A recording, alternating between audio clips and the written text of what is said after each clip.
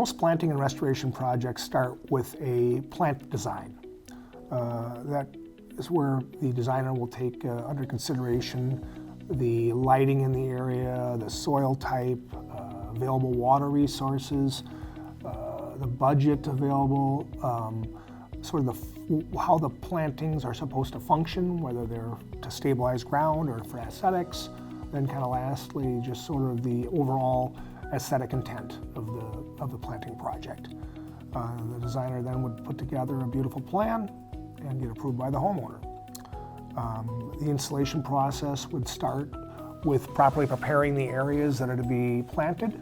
That might include things such as weed removal initially, and then it could be soil enhancement and or replacement, and then soil amendments, and then possibly tilling. Once the area is properly prepared for the plantings, a skilled planting crew would properly install the variety of plants that you might have going into the restoration project and or planting project. They would be then properly fertilized, watered, and then a weed control product installed.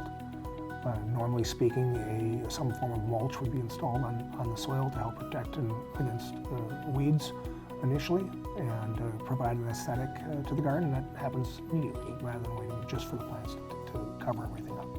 If you improperly install a garden, you're likely to have lots of weeds, a higher percentage of death rate of the plants themselves that will need to be replaced, and potentially an underperforming garden if the soil is not properly amended to allow the plants to thrive in that environment.